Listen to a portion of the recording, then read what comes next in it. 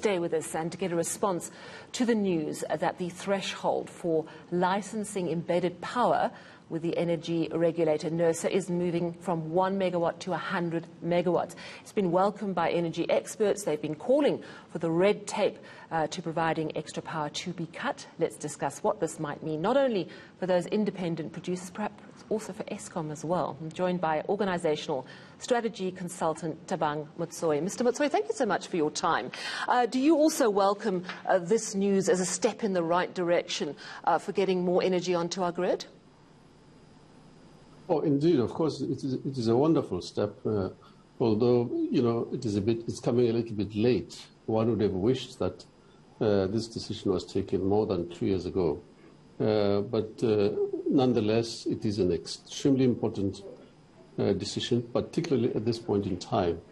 You know, when the economy is really in the doldrums, we need a lot of investment, and you know, a lot of that investment requires power. In terms of putting up factories that can create jobs and so on. So it is indeed a very, very important step. One hopes that the necessary changes in the regulations will be speeded up so that the opportunity can be, you know, taken advantage of at the earliest possible chance. Yeah, absolutely. My understanding, and this is where you perhaps need to guide me, is that you might have a factory opening up or at a mine or a smelter. They will be able to create their own mini sort of electricity network, not only to power for their own needs, my understanding is, but also to sell back to Eskom. Is that how it works? Well, this is how it is supposed to work. And this is why a lot of, you know, entities and lobbyists and those that have been, you know, fighting for this new change. You know, we're really expecting. They expected. Well, remember, people have been talking about, you know, 10 megawatts. Now we're up to 100 megawatts. That opens a huge space for a lot of heavy investors who can then come in and put in plants that can, you know, generate in excess of 50 megawatts, and that is a welcome sign. I know, for instance, the Western Cape has been, you know, pleading very heavily for this kind of dispensation. So is this a sign, really, that we are increasingly headed for privatized power? Well, look, there will always be a mix eventually. How you get there is a question of policy and strategy. I know this word privatization is, you know, doesn't sit well with many of the government partners in the tripartite alliance.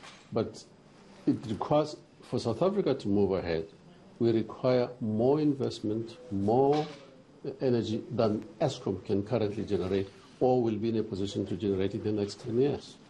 Do you think this is a model increasingly bringing in this hybrid of private and state-owned enterprises to provide electricity, but also perhaps to pipe our water to different communities?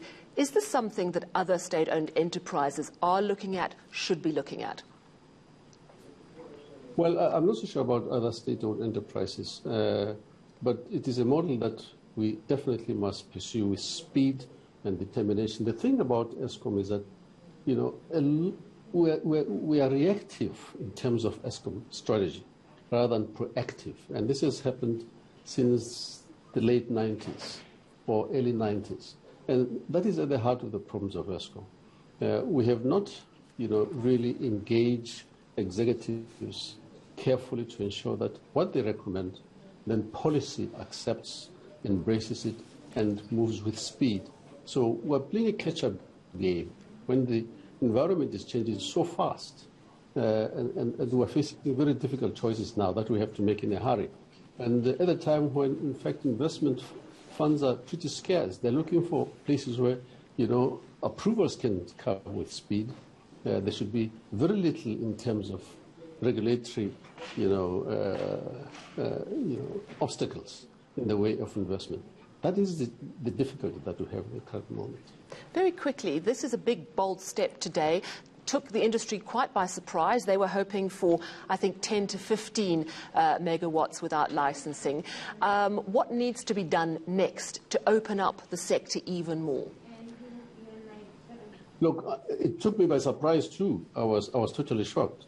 But having talked to quite a few players in the field, it is an extremely welcome step. What needs to happen really, as I said, is let's get the changes in the regulations done speedily. And let's open that space speedily. It is the department, that really has now to play, come to the party and ensure that all the obstacles are eliminated. There are people who definitely, as the president said, who have dollars in their back pockets, who would like to invest. Yeah. But they're looking at the environment that they have to go through. It is not a very conducive environment. Yeah. It is not speedy enough in terms of enabling them to put their funds into the ground. You make such a good point, and thank you so much for your time. We need to be less reactive, more proactive, and we need to move quicker. So instead of 60 days to get that amendment into the electricity bill, how about 6 days?